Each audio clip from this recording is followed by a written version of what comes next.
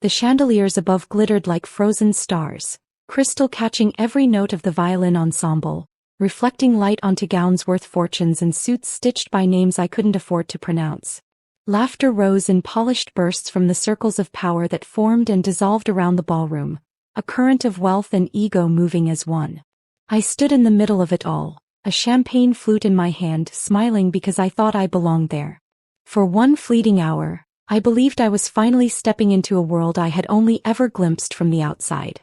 Ethan was beside me, immaculate as always. My boyfriend, my supposed anchor, the man I trusted. He greeted people with an ease I admired, slipping into conversations about mergers, portfolios, and holidays in places I had only read about in magazines. And then, without warning, he gutted me with a single sentence. "She's just a waitress." The words landed heavy and sharp, louder than the orchestra, brighter than the chandeliers, crueler than the smirks that followed. Laughter rippled, not kind laughter but the sort that brands you, reduces you to a caricature. My heart stumbled.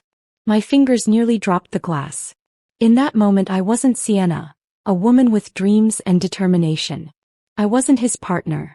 I was a joke passed around by people who never carried trays, never counted tips, never prayed the rent would clear. I tried to steady my breath, but Ethan wasn't finished.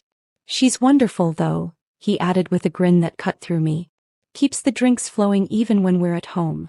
Another roar of laughter, heads tilting back, pearls shaking on throats, watches gleaming on wrists that had never scrubbed coffee stains. I forced a smile, every muscle stiff. Inside, humiliation burned so deep I swore it reached bone. Do you know what humiliation does? It makes time elastic. The violinist played the same melody, the waiters circled with trays, the world spun, yet inside me, everything froze on that sentence. Just a waitress. The phrase stuck like wet paint, impossible to scrape off, dripping down my spine until I thought I'd drown in it. My name is Sienna Clark. I was 26 years old that night, and yes, at the time I worked as a waitress. But I was more than that. I was the woman who paid her own bills, who studied late at night to build something better, who endured long shifts with aching feet and still managed to smile at strangers. I was not just anything. And though Ethan believed he had reduced me in front of his friends, he had only sparked something he could never control. And to those of you watching this, don't forget, hit the like button, subscribe for more true stories of betrayal and revenge, and comment where you're watching from. Trust me, you'll want to hear how this ends. Back in that ballroom I caught fragments of whispers. "Oh, a waitress? How quaint. I suppose we all have to start somewhere." Each word pierced deeper. My knuckles turned white around the stem of my glass. I wanted to scream, to shatter the illusion by spilling every secret I knew about Ethan's arrogance. But I stood still, swallowing the poison like medicine. Some humiliations are seeds. They must be buried deep before they grow. When the night finally dragged to a close, I walked beside Ethan in silence. He didn't notice. He never noticed. In the car he hummed, scrolling through his phone, basking in the afterglow of admiration he thought he had earned. At my apartment door he leaned down and kissed me goodnight like nothing had happened. I let him, but only because I had already made a decision. That night I didn't sleep. I lay awake staring at the crack in my ceiling, tracing it until it became a canyon. Every time I blinked I heard his voice, just a waitress. Not partner. Not equal. Not loved. A punchline. I pressed my palms into my eyes until colors exploded behind my lids. The word clung to me like a second skin I could not peel away. By morning anger replaced shame. I showered, tied my hair back, and went to the diner. The scent of coffee, bacon, and syrup greeted me like family. Mrs. Patel smiled from booth 4 asking if I was all right. I nodded, forcing cheer, and slipped into motion. Poor plate, clear smile. Muscle memory saved me. But even as I refilled mugs and delivered pancakes, Ethan's words followed me, mocking. That night I opened my battered notebook and wrote 3 words across a fresh page. Not just anything. Underneath I made a list. Finish my business course, research vendor contracts, track savings, find a location. At the bottom in shaky letters I wrote, "One day I will make him regret every word." Humiliation, you see, can be lethal if you let it rot. But if you harness it, if you use it as fuel, it becomes the spark that lights the fire of transformation. Ethan had thought he was laughing at my limits. What he had really done was unlock my determination. As I closed the notebook, I glanced out the window at the city lights. They didn't look so far away anymore. For the first time, I believed that maybe the joke wasn't on me. Maybe it was on him. And that was the night I stopped being small. That was the night the waitress began building the life of a woman who would one day sign his paycheck. The echo of humiliation is cruel. It doesn't fade when the music stops or when the ballroom empties. It lingers in the way you move, in the silence that follows laughter, in the glances you imagine even when no one is looking. Ethan's words haunted me for days. Just a waitress. The phrase repeated every time I wiped a counter, carried a tray, or tied my apron. I felt the sting not only in my chest but in the way people looked at me, or how I thought they did. At the diner, regulars greeted me warmly, but I caught myself wondering if they too thought less of me. A man in a silver tie leaned on the counter one morning and asked, "So, is this it? Is this what you do?" He smiled like he was indulging a child. "Well, everyone has their place." His words lodged under my skin. I smiled politely, but I walked away with coffee trembling in my hands. 3 nights after the gala, I couldn't hold it in. I went to Ethan's apartment. He was already loosening his tie when I asked, "Why did you say that?" He blinked. "Say what?" "At the gala. Why did you call me just a waitress?" He shrugged. "It was a joke. Don't be so sensitive." His voice sharpened. "Besides, it's true. You are a waitress. What's wrong with admitting it?" I stood there, heat rising in my chest. Then came the sentence that snapped something in me. "You should be grateful. Do you know how many men in my position wouldn't even look twice at someone like you? Someone like you." I walked out without another word. I didn't pack. I didn't argue. I just left. Back at my apartment, I curled on the couch. Tears came fast, then slowed, then stopped. Shame tried to whisper that he was right, that maybe I really wasn't enough. But beneath the shame, anger stirred. A fiercer voice whispered, "What if he's wrong? What if I am more than this?" The next morning, exhaustion clung to me as I tied my apron. The diner buzzed with the familiar comfort of coffee and chatter. Mrs. Patel reached for my hand, her warm eyes searching my face. "Don't let anyone steal your smile," she said. I nodded. I poured coffee, I cleared plates, I kept moving. Every small act was defiance. That night, I opened my notebook again. The words from the gala still screamed in my head, but I forced my hand to steady. Across the page I wrote, "Not just anything." Below it I started a list. Courses I could finish. Vendors I could learn from. Locations I could scout. Steps I could take to prove to myself that I was not defined by his arrogance. Humiliation has a way of breaking you or building you.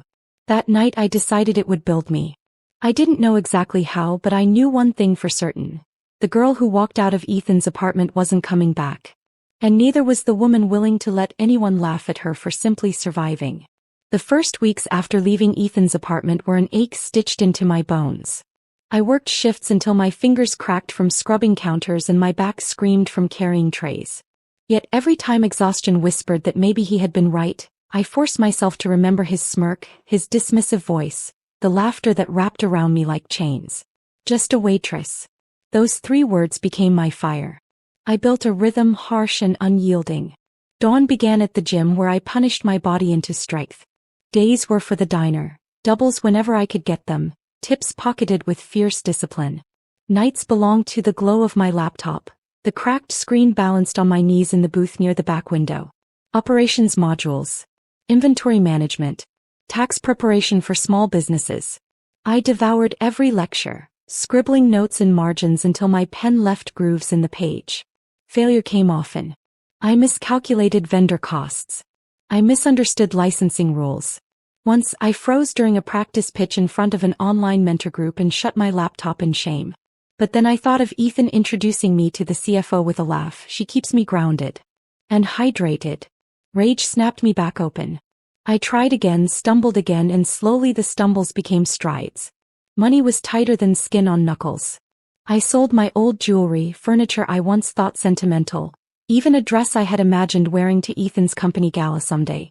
I walked past the boutique where I left it and forced myself not to flinch at the thought of another woman twirling in it. Better her than me, weighed down by illusions. Each Sunday I returned to that corner cafe with the crooked for lease sign.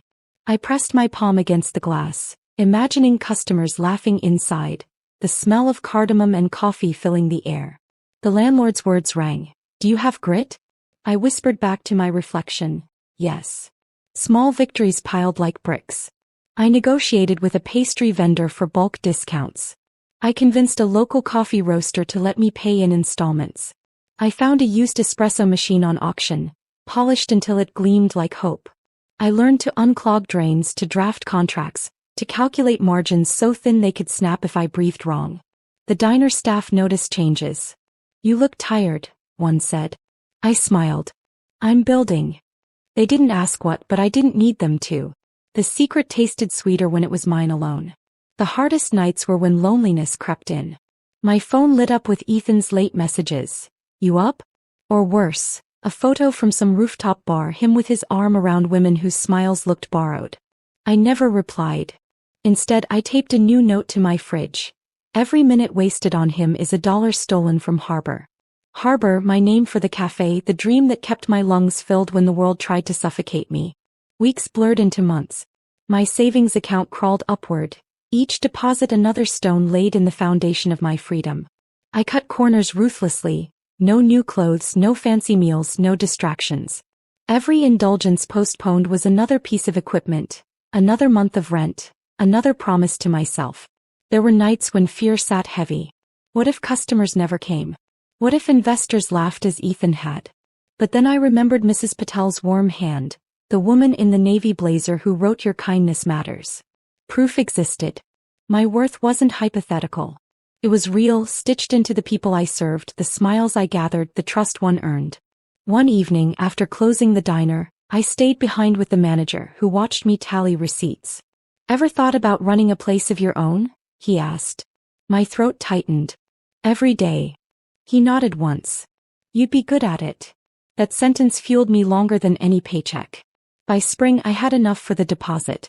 I met the landlord again, this time with crisp envelopes and a spine that didn't bend.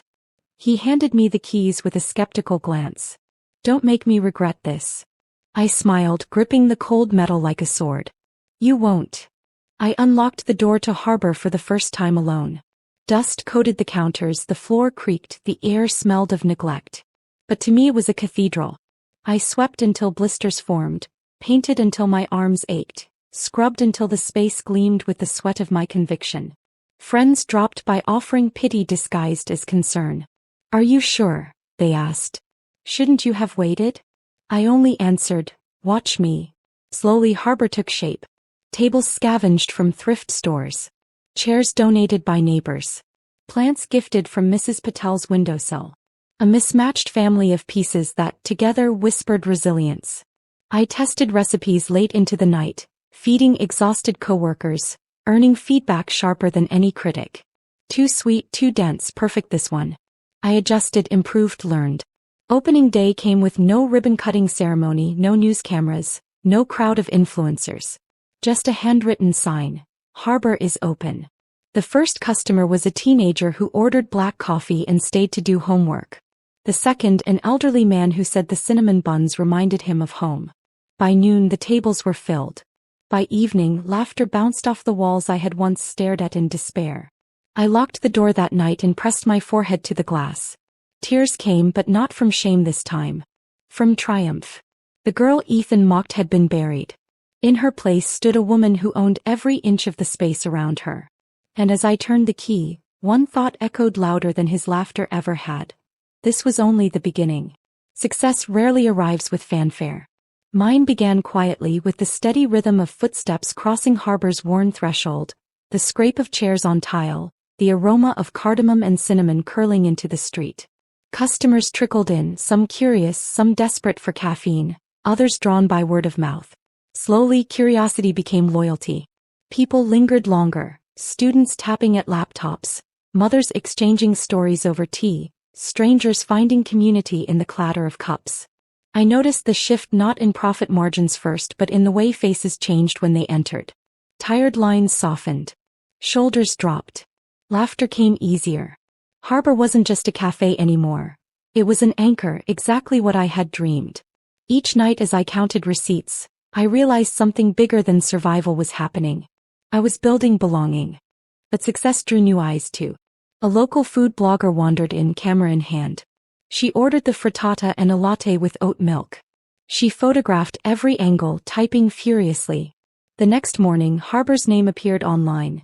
Hidden Gem Cafe delivers warmth and heart in every cup. Within days, the line stretched out the door. I worked harder than I ever thought possible. My hands blistered from grinding beans, my shoulders ached from hauling crates, my nights shrank to 3 hours of sleep. But exhaustion never dimmed the fire inside me. Each long day pushed Ethan's smirk further into the past. One afternoon, as I wiped down tables, a man in a tailored suit approached. "Are you the owner?" he asked. I nodded. He extended his hand. "I'm Robert Lang from Westbridge Investments. We've heard about you." My stomach clenched, but I shook his hand firmly. He spoke of expansion, of franchising, of scaling Harbor into something vast. I listened politely, but when he said, "With the right backing you won't need to run around like staff," I smiled and replied, "I don't mind running. It keeps me grounded." Word spread fast. Suddenly, Harbor wasn't just mine. It was on lips across the city. Business cards piled in my drawer. Investors, bloggers, consultants, they all wanted a piece. I was cautious. Growth mattered, but not at the cost of soul. Meanwhile, Ethan's presence resurfaced like a ghost. Friends whispered of his declining reputation. Deals gone sour, promotions delayed, whispers that his arrogance had worn thin. I pretended indifference, but a spark of satisfaction glowed quietly. Karma was lacing its shoes. Then came the night I saw him again. It was unplanned. I had been invited to a networking gala hosted by a local chamber of commerce.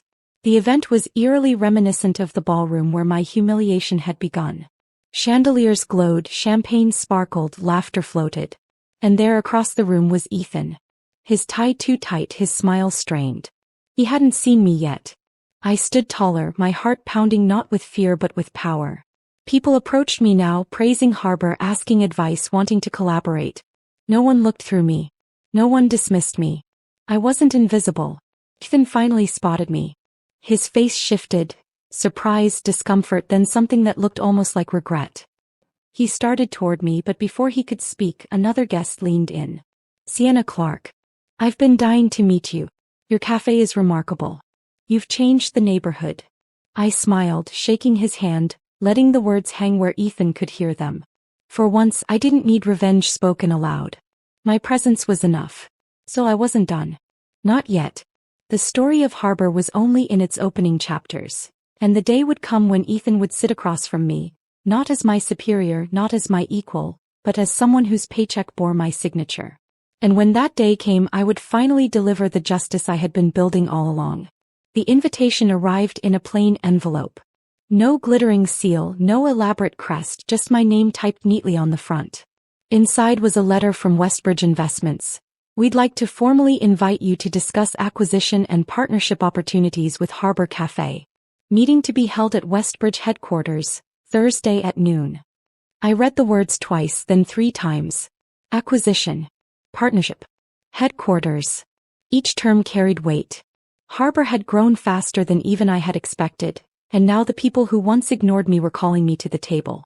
Thursday arrived cloaked in nerves. I wore a navy suit borrowed from a friend in accounting, pressed until every line was sharp.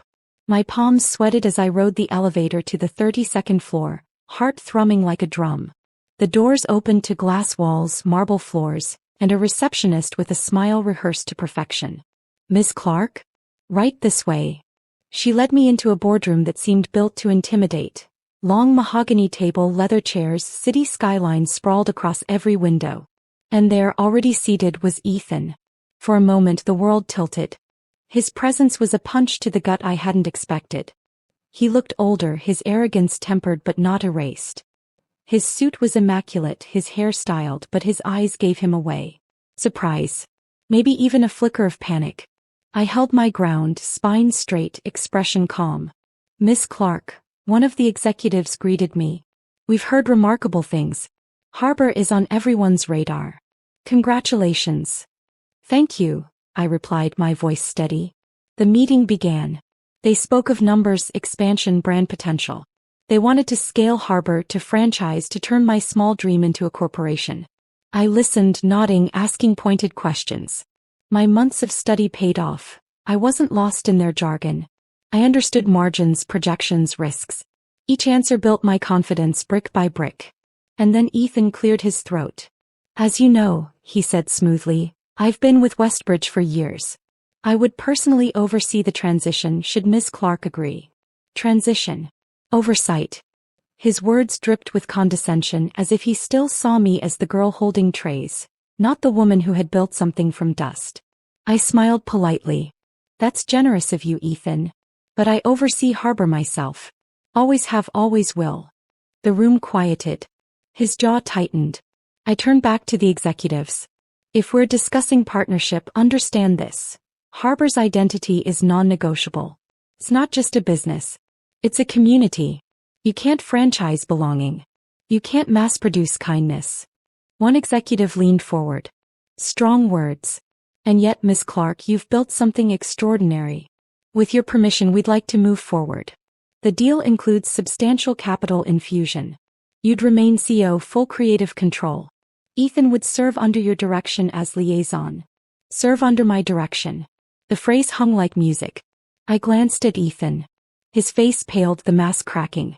He opened his mouth to protest, but the executives had already moved on to legal terms. For the first time, the balance of power tilted my way. I signed the preliminary agreement that afternoon. My signature flowed across the page, steady and sure. When the papers were passed down the table, they landed in front of Ethan. He froze. His pen trembled. He had no choice but to add his name beneath mine. The moment stretched eternal.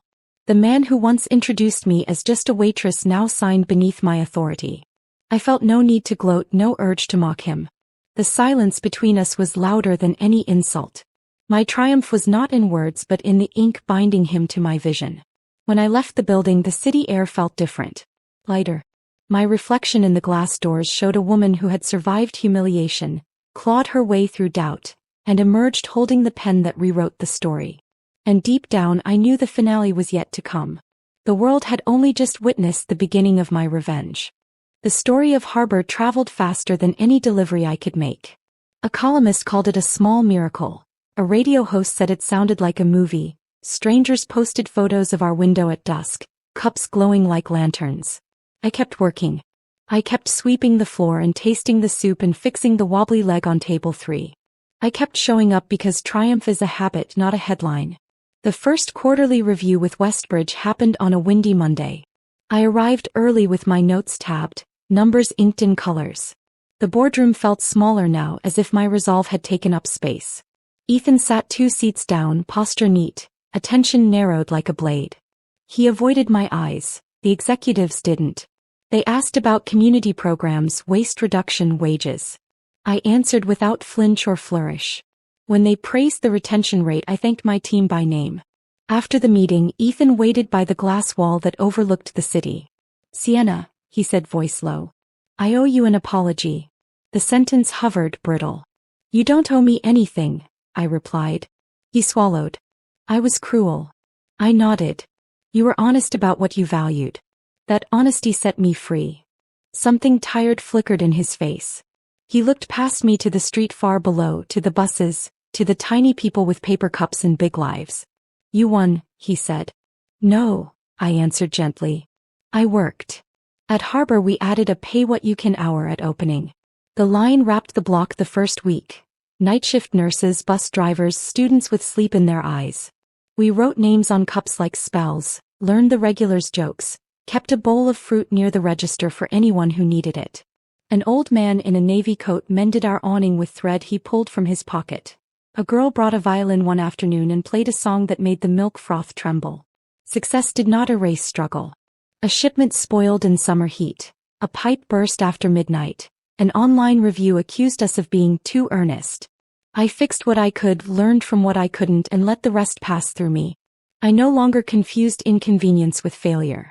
I no longer mistook someone else's scorn for a prophecy. One evening a woman lingered after we stacked chairs. She traced the letters on the window with a fingertip. I left someone who laughed at me, she said softly. I didn't know where to go, so I came here. I made her tea and sat on the floor while she told me everything that hurt. When she finished, we swept together. She left with a cinnamon bun and my number in case she needed help moving. That was the night I understood Harbor was bigger than revenge. It was repair. The press wanted a neat ending, but life refused neatness. There were weeks I felt invincible and mornings I felt small. There were days the line never ended and afternoons when silence worried me. There were invoices that stiffened my shoulders and messages from my aunt that softened them. Through all of it, the vow I wrote on paper held. Not just anything. Westbridge proposed a second expansion. This time I negotiated harder. I kept control of wages and sourcing. I hired from the block before I hired from the resume pile. I began a small program that paid teenagers to learn pastry basics after school. Dough under their fingernails and confidence blooming in their chests. We burned the first 100 croissants. We celebrated the first perfect batch like a moon landing. Ethan drifted to the periphery of my days, an orbit that no longer shaped my tides. Occasionally his name appeared on an email thread. Sometimes he sat across from me in meetings and took notes while I spoke. Once he tried to make a joke about working under me. The room did not reward the attempt. He stopped trying. I stopped thinking about him when the coffee bloomed and the sun slid down the brick facades across the street. I kept my old notebook in the back office, its cover warped from steam and weather. On slow afternoons I opened it to the page that began this rise and ran a finger over the groove carved by my pen. Not just anything. Beneath it I wrote new lines as they occurred to me. I am the sum of my refusals. I am the work nobody saw. I am the silence after the last laugh fades. On the anniversary of Harbor's opening, we hosted a neighborhood potluck. A teen lit a string of paper stars. A nurse brought samosas. Mrs. Patel arrived with a tray that could feed a street. We toasted with lemonade and black coffee and stories of the year we survived together. I stood on a chair and thanked them for carrying this place with me. I built the walls, I said, but you made the room. Later that night, after the lights dimmed and the music thinned to the sound of chairs being stacked, I walked outside alone. The window reflected my face and the word Harbor around it, as if the name and the person had fused. Cars hissed past on wet asphalt. I remembered the woman I used to be. The one who measured herself against a man's smile. The one who mistook a ballroom's approval for oxygen. I closed my eyes and let the memory fade to the size of a pebble. I set it down. People still ask about revenge. They want a moment, a line, a cinematic flourish. They want to know what I said to Ethan when the contracts made my authority plain. They want a quote fit for a headline. The truth is quiet. I said only what the job required. My triumph was never his humiliation. It was my liberation. The work was not to break him. It was to stop letting him decide what I could be. On a gray Thursday I signed a stack of paychecks. The alignment was off on the first print. I adjusted the margins and tried again. The paper slid warm into my hands. One name trembled there among the others, Ethan. I paused. I did not gloat. I did not rehearse the past. I circled the block once in my mind from waitress to owner to employer, and then I signed with a steady hand. Ink met paper. History met present. I placed the check on the pile and kept going. A week later Ethan asked for a brief meeting. He arrived early for once. He held his hat in both hands like it weighed more than it looked. I wanted to say I'm leaving Westbridge, he said. I've been offered something smaller. I think I need smaller. I nodded. Then I wish you steadiness. He tried to thank me for the chance I had never needed to give. I showed him the door and the way the afternoon sunlight hit the sidewalk like a brand new page. That night I stayed late to mop. I thought of the girl who once rehearsed arguments alone in a bathroom stall, who feared being seen as ordinary. I thought of the woman who replaced her. Ordinary in the ways that matter, extraordinary in the ways that last. I locked up and walked home under a sky washed clean by rain. Before sleep I took out the notebook one last time and wrote a closing line beneath all the other lines. I forgive the version of me who believed the worst thing he said. I tucked the notebook into a drawer and turned off the light. Freedom did not arrive with trumpets.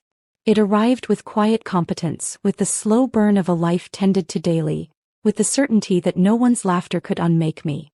Harbor glowed softly in the dark like a promise kept. In the morning we would open the door again. People would come in for warmth and coffee and a place to be human. I would hold the door, wipe the table, sign the checks, and remember that the final word was never his. In the second year we learned patience as an operating principle. The espresso machine failed during the morning rush. We brewed by hand, a line of kettles singing like a choir. People waited. People joked. A stranger paid for the next person 3 times in a row. The small crisis became a story we told later when the night was slow and the chairs were stacked. We learned that resilience is not the absence of breaks but the art of repairing with grace. I hired a baker named Luz who could read dough like weather and sing harmonies that turned the kitchen into a stage. She taught me to trust proofing by touch, to let time do what time does best. On quiet afternoons she asked about the notebook on my shelf. I told her the short version. She shook her head and said, "Men like that are loud until the room learns how to listen." She dusted flour from her hands and slid a tray into the oven with a thud that felt like punctuation. Vendors became partners, not adversaries. We argued over pallets and laughed about holidays and sent cards when babies were born. I stopped bracing for the world to take advantage and started negotiating from a place that believed there was enough for everyone if we planned well and listened better. The margins thanked me. So did my sleep. I kept running, not from shame but toward stamina. The gym at dawn became a ritual, the steady metronome underneath long days. I thought better when my lungs burned. I wrote better when my calves ached. I forgave easier when I already knew I could do hard things before breakfast. People call that discipline. I call it remembering who I am without anyone else's applause. Sometimes a customer recognized me from an article and asked for advice. I told them the glamorous part hides in unglamorous repetitions. Open when you said you would, clean what you said you'd clean, pay what you promised, answer emails you'd rather ignore, apologize when you're late, keep a spare apron, change the playlist when the room needs a different rhythm, know the neighbors by name. Reputation is a table you wipe every night. If you stop wiping, dust tells the truth. A young man from the block, Jamal, showed up after school for weeks until I handed him an application. He learned register, then bar, then pastry, then ordering. The day a customer barked at him, I watched him steady his breath and say, "I hear your frustration. I can fix the drink or refund you, your choice." The customer deflated. Jamal finished the rush like a conductor. I sent him home with a dozen buns and a note for his mother that read, "Your son is leadership." I wrote no speeches, but I did write boundaries. Harbor would never sell a cup we wouldn't drink ourselves. Harbor would pay on time. Harbor would close on the day the block held its memorial and serve from folding tables instead. Harbor would belong to the people who believed in it, including me. On the last page of my old notebook I drew a small harbor. A curve of shoreline, a handful of boats, a lighthouse drawn with a shaky hand. I labeled the water courage and the pier work and the beam of light time. I laughed at myself and kept the drawing anyway. When the day drained me, I opened to that page and remembered that even small lighthouses guide ships home. In late autumn a letter arrived with no return address. Inside was a photo of our front door and a napkin with a coffee ring on it, the ring traced into a crooked heart. The note said, "You didn't know me, but last winter I sat in the back crying. Your staff pretended not to notice until I could breathe. I got the job. I come in on Thursdays. Thank you for the table near the plant." I taped the napkin to the office wall. When staff felt tired, we read it aloud like a hymn. Another day, a consultant suggested we replace ceramic cups with paper for speed. I tried it for a week and hated the sound. The room lost its small music. We went back to ceramic, accepted a longer wash cycle, and hired one more person for busy hours. Profit dipped, then returned, then grew alongside the joy that clinked at every table. We learned that efficiency without tenderness is a door that opens to an empty room. I ran into Ethan once on a crosstown bus. He held a book instead of a phone. He nodded, I nodded back. For 2 stops we rode in silence, strangers on parallel tracks. I felt no spike of adrenaline, no acid in my throat. The bus braked, he stepped off, the door side closed. The city swallowed him like it swallows everyone equally. I stared at my reflection in the window and saw only myself.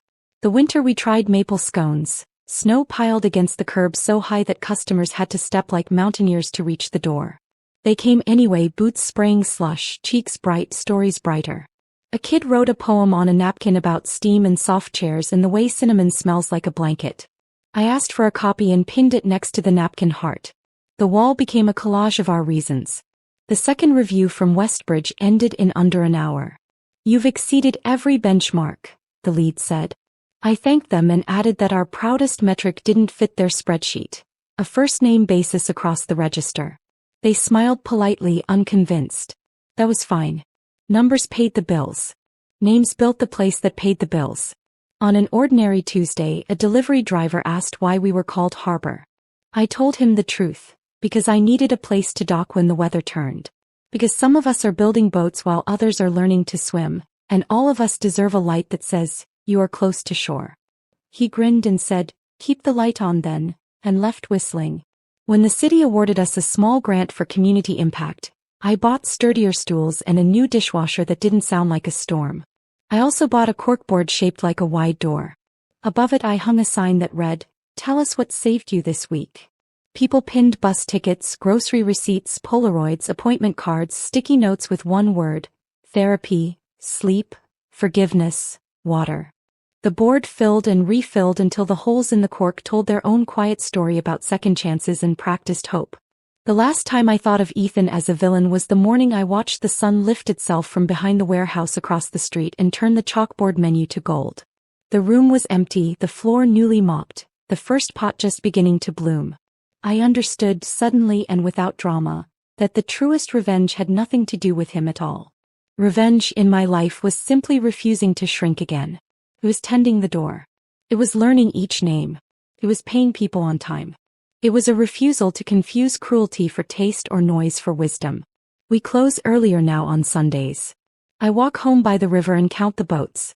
Sometimes I sit on a bench and write another line in the old notebook. Tonight I wrote, I have nothing left to prove. I read it twice, then added, and everything left to give. The page felt complete.